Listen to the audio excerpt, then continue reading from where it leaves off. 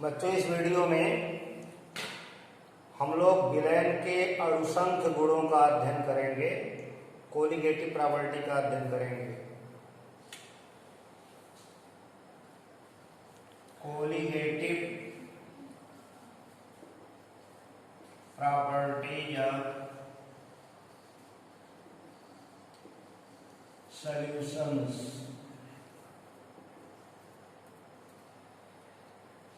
विलयनों के अणुसंख्य गुण।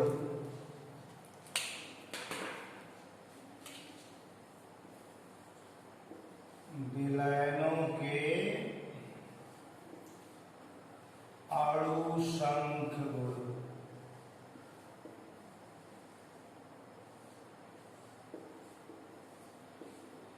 तो जैसा नाम से स्पष्ट है, अणुसंख्य गुण।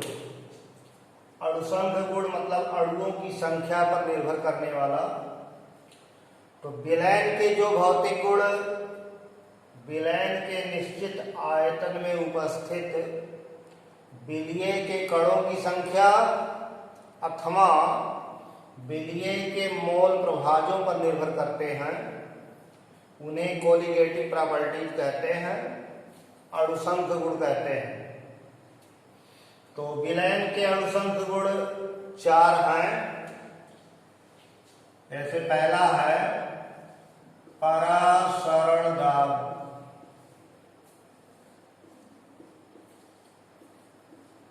Osmotic pressure. परासरण दाब एक अणुसंख्य गुण है। दूसरा है वाष्प दाब का अवनमन। अवनमन का मतलब कमी होता है, लोअरिंग ऑफ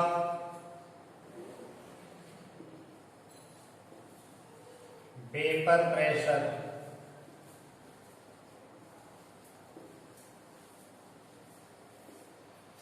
तीसरा है क्वथनांक का उन्नयन। उन्नयन का मतलब बढ़ोतरी, elevation of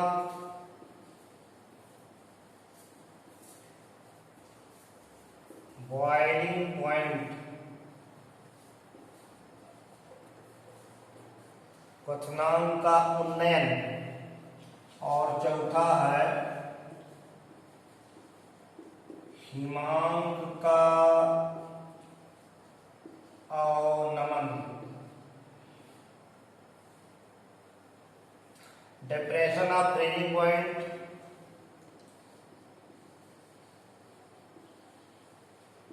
depression of freezing point.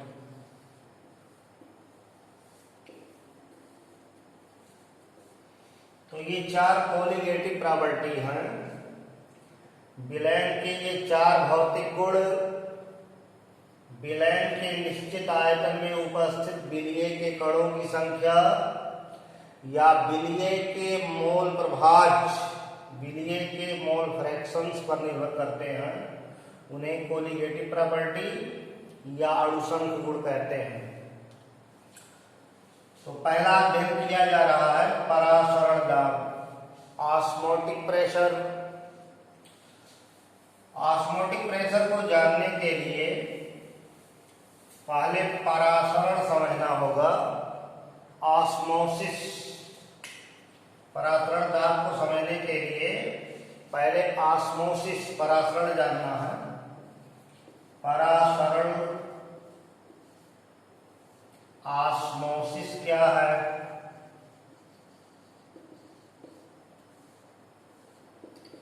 तो दो भिन्न सांद्रता के विलयनों को, ऐसे दो विलयन जिनकी सांद्रताएं भिन्न हैं, अथवा किसी शुद्ध विलायक को विलयन के साथ अर्धपारगम्य झिल्ली की सहायता से अलग कर दिया जाए। दो भिन्न सांद्रता के विलयनों को अर्धपारगम्य झिल्ली से अलग कर दिया जाए, या शुद्ध विलायक को विलयन से अर्धपारगम्य झिल्ली से अलग कर दिया जाए, तो अर्धपारगम्य झिल्ली द्वारा अलग किए हुए दो भिन्न सांद्रता के विलयनों में विलायक के अणुओं का तन विलयन से सांद्र विलयन की ओर या शुद्ध विलायक से विलयन की ओर स्वतः प्रवाह परासरण कहलाता है। Spontaneous flow of solvent molecule through a semi permeable membrane from lower concentration to higher concentration is called as osmosis. Generally आप देखते हैं कि किशमिश को पानी में भिगो दिया जाए तो किशमिश फूल जाती है। किशमिश क्यों फूल गई? क्योंकि पानी किशमिश के अंदर प्रवेश कर गया। तो जो किशमिश है उसकी जो वाल है, उसकी जो दीवार है वो अर्धपारगम्य होती है। अर्धपारगम्य सेमी परमेबल। अर्धपारगम्य का तात्पर्य है जो झिल्लियां अपने में से विलायक के अणुओं को पार जाने देती हैं लेकिन विलीय के अणुओं को नहीं, उनको एसपीएम कहते हैं, अर्धपारगम्य झिल्ली कहते हैं। तो किशमिश को पानी में डाल दिया गया, किशमिश फूल गया, तो किशमिश की दीवार अर्धपारगम्य झिल्ली जैसा व्यवहार करती है और विलायक के अणु, जल के अणु अर्धपारगम्य झिल्ली से होकर किशमिश में प्रवेश कर जाते हैं। तो यह परासरण की क्रिया है। परासरण के कारण किशमिश फूल जाती है। ऐसे अंगूर के दाने को नमक के गाढ़े घोल या शर्करा के गाढ़े घोल में डाल दिया जाए, अंगूर को नमक या शर्करा के गाढ़े घोल में डाल दिया जाए तो अंगूर पिचक जाएगा, क्योंकि जो शर्करा या नमक का घोल है वो इतना गाढ़ा है कि उसकी सांद्रता अंगूर के अंदर जो शर्करा है उससे अधिक है। तो बाहर का विलयन गाढ़ा होगा, भीतर का विलयन हल्का होगा, यानी भीतर का विलयन तनु है, बाहर का विलयन सांद्र है। तो विलायक तन विलयन से सांद्र विलयन की ओर चलेंगे तो अंगूर से विलायक निकल जाएगा और ये अंगूर पिचक जाएगा। तो अंगूर का पिचकना या किशमिश का फूलना ये परासरण में आता है। ऐसे आप सभी लोग अंडे से परिचित होंगे। अंडे के चारों ओर कैल्शियम कार्बोनेट की बनी हुई कवर पाई जाती है। कैल्शियम कार्बोनेट का सेल होता है, खोल होता है और इसके अंदर इससे सटी हुई एक झिल्ली होती है जो एग मेम्ब्रेन कहलाती है, अंडे की झिल्ली कहलाती है। एग मेम्ब्रेन, अंडे की झिल्ली। अंडे को लेकर उस पर HCl डाला जाए तो HCl डालेंगे तो धीरे धीरे कैल्शियम कार्बोनेट की खोल गलेगी और इस खोल को, इस आवरण को हटा दीजिए तो अंडा एक गुब्बारा जैसा नजर आएगा जिसमें अंदर के सारे मटेरियल आपको बाहर से दिखेंगे। अब इस अंडे को जल में डुबो दिया जाए तो जल में डुबोएंगे तो अंडे के अंदर पानी प्रवेश कर जाएगी, जल के अणु अंडे के अंदर चले जाएंगे। क्योंकि अंडे के अंदर गाढ़ा घोल है और पानी हल्का है, ये प्योर सॉल्वेंट, ये सॉल्यूशन, तो सॉल्वेंट मॉलिक्यूल इंटर करेंगे अंडे के अंदर। तो ये एक ऑस्मोसिस क्रिया है, परासरण क्रिया है। तो इस तरह परासरण की क्रियाएं दैनिक जीवन में बहुत सारी हैं। परासरण का तात्पर्य है कि अर्धपारगम्य झिल्ली से होकर विलायक के अणुओं का तन विलयन से सांद्र विलयन की ओर या शुद्ध विलायक से विलयन की ओर स्वतः प्रवाह परासरण कहलाता है।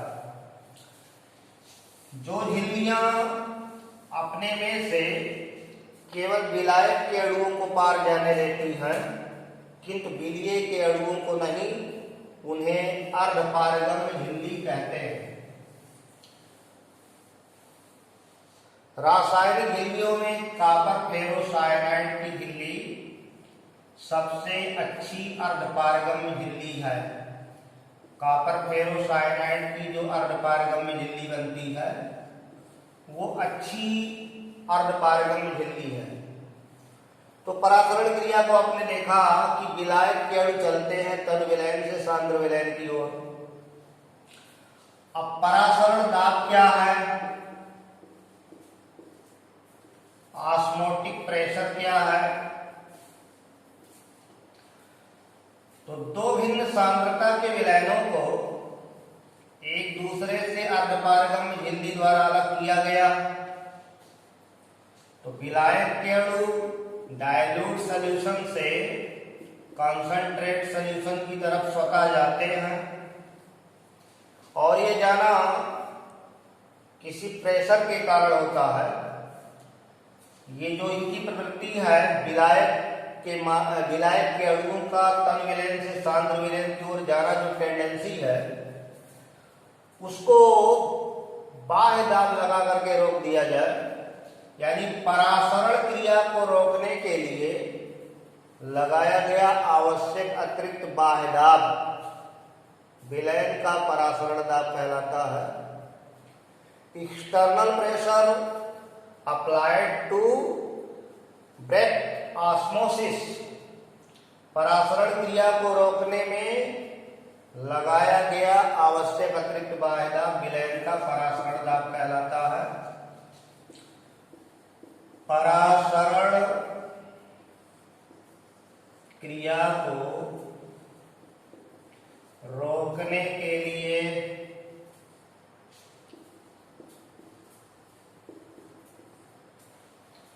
लगाया गया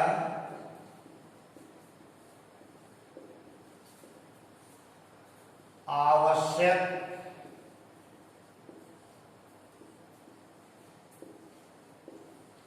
अतिरिक्त बाह्य दाब विलयन का परासरण दाब कहलाता है।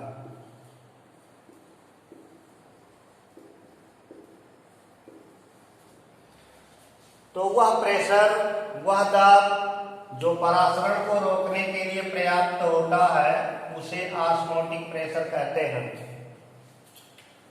अब ऐसे दो विलयन जिनके परासरण दाब बराबर हों, जिन दो विलयनों के परासरण दाब समान होते हैं उन्हें समपरासारी विलयन कहते हैं, आइसोटॉनिक सॉल्यूशन कहते हैं। समपरासारी विलयन, आइसोटॉनिक सॉल्यूशन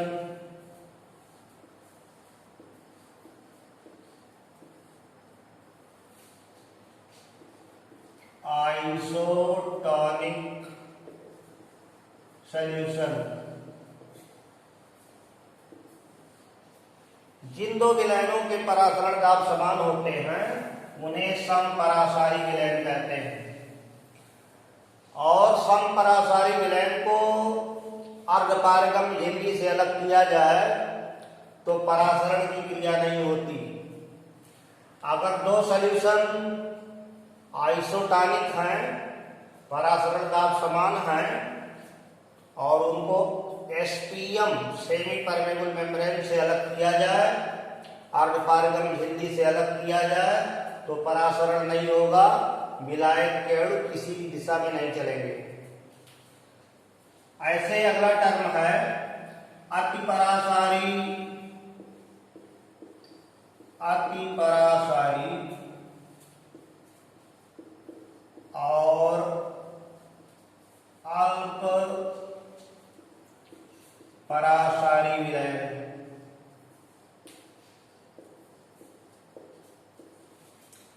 अति परासारी और अल्प परासारी, हाइपरटोनिक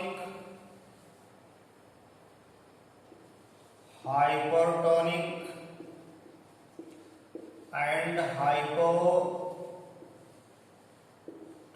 सॉल्यूशंस।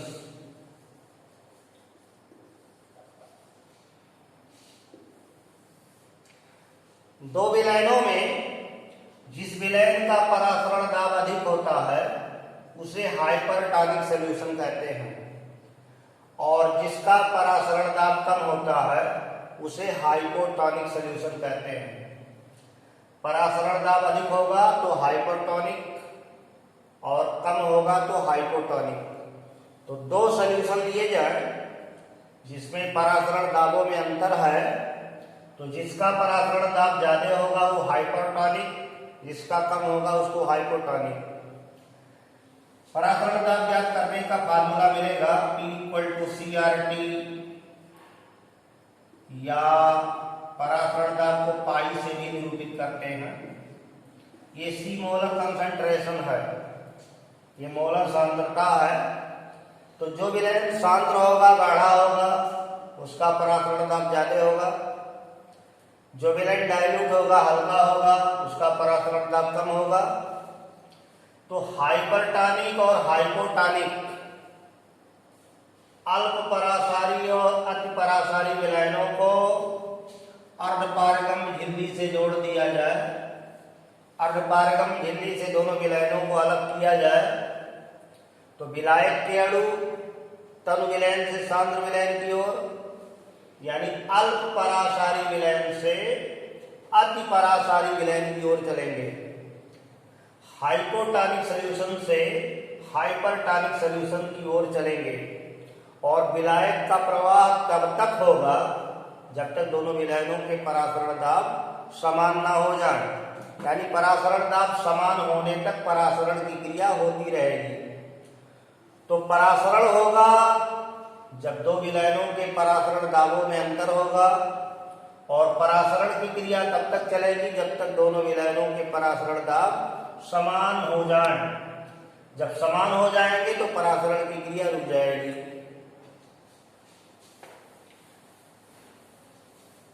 परासरण दाब ज्ञात करने के जो प्रायोगिक विधि है उसमें बर्कले और हार्टले की विधि सबसे प्रमुख विधि है, जिसके द्वारा आसानी से उच्च परासरण दाब के विलयनों के परासरण दाब निकाले जाते हैं। परासरण दाब के कुछ नियम हैं।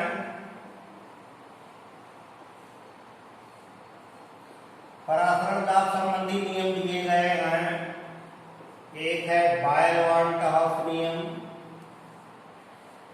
बायल-वार्नहाफ नियम,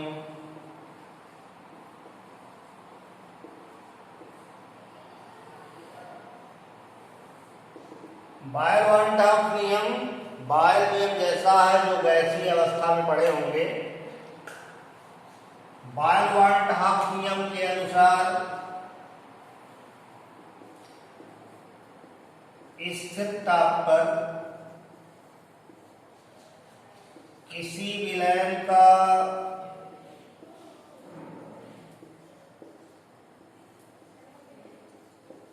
परासरण दाब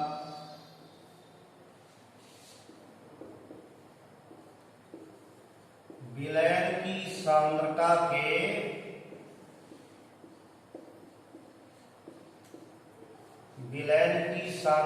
के समानुपाती होता है।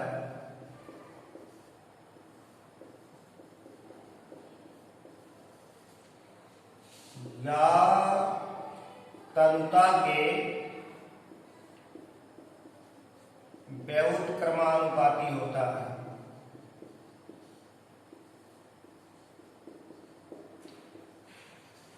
तो मोलर सांद्रता के समानुपाती होता है, यानी सांद्रता ज्यादा होगी तो परासरण दाब ज्यादा होगा, या तनुता डाइल्यूशन बढ़ाएंगे तो परासरण दाब घटेगा।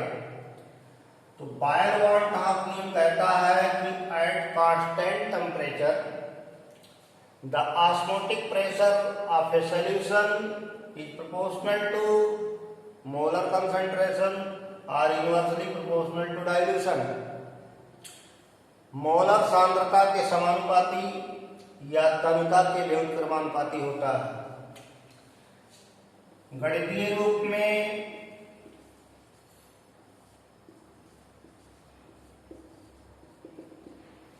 परासरण दाब को P से व्यक्त किया जाए तो P proportional to C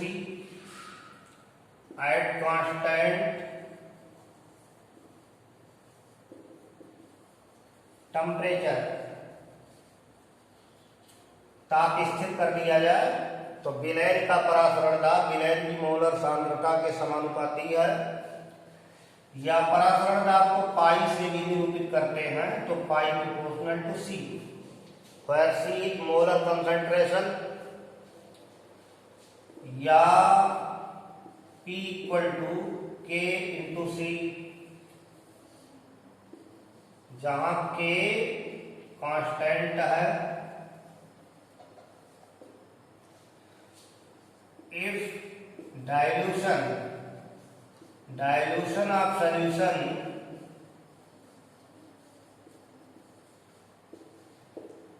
V, यदि विलयन की जो तनता है वो V है। तनता का तात्पर्य है वह आयतन, किसी विलयन का वह आयतन जिसमें विलीय पदार्थ का एक मोल घुला है उसे डाइल्यूशन कहते हैं।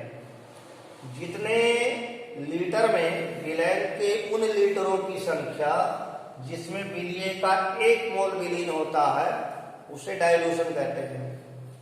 और मोलर कंसंट्रेशन, एक लीटर में जितने मोल घुले होते हैं उसे मोलर कंसंट्रेशन या मोलर सांद्रता या मोलरता कहते हैं।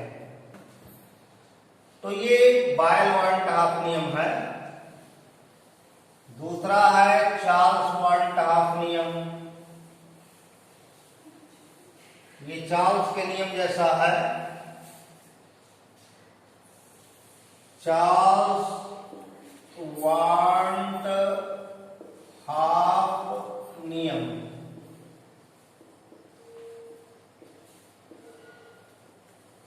परासरण दाब संबंधी यह नियम जो है कहता है कि स्थिर सांद्रता पर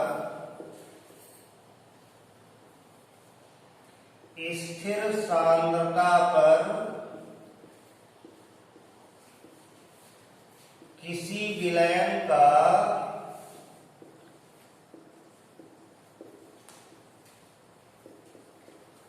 परासरण दाब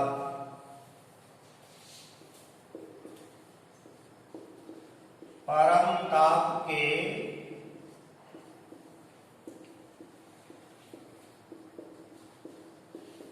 समानुपाती होता है। तो चार्ल्स-वान-टहाफ नियम के अनुसार at constant concentration the osmotic pressure of a solution is directly proportional to absolute temperature। इसमें सांद्रता स्थिर की गई है। विलयन की सांद्रता स्थिर है तो स्थिर सांद्रता पर विलयन का परासरण दाब परम ताप के समानुपाती होता है। गणितीय रूप में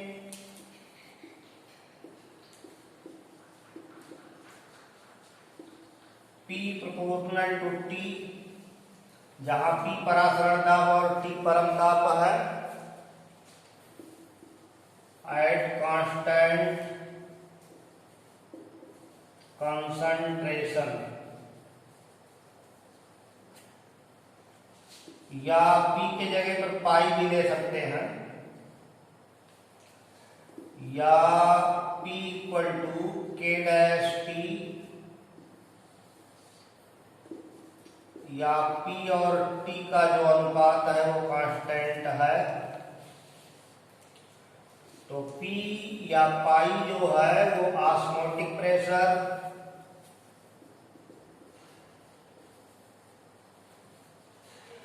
यहाँ K डैश कांस्टेंट है, और T एब्सोल्यूट टेम्परेचर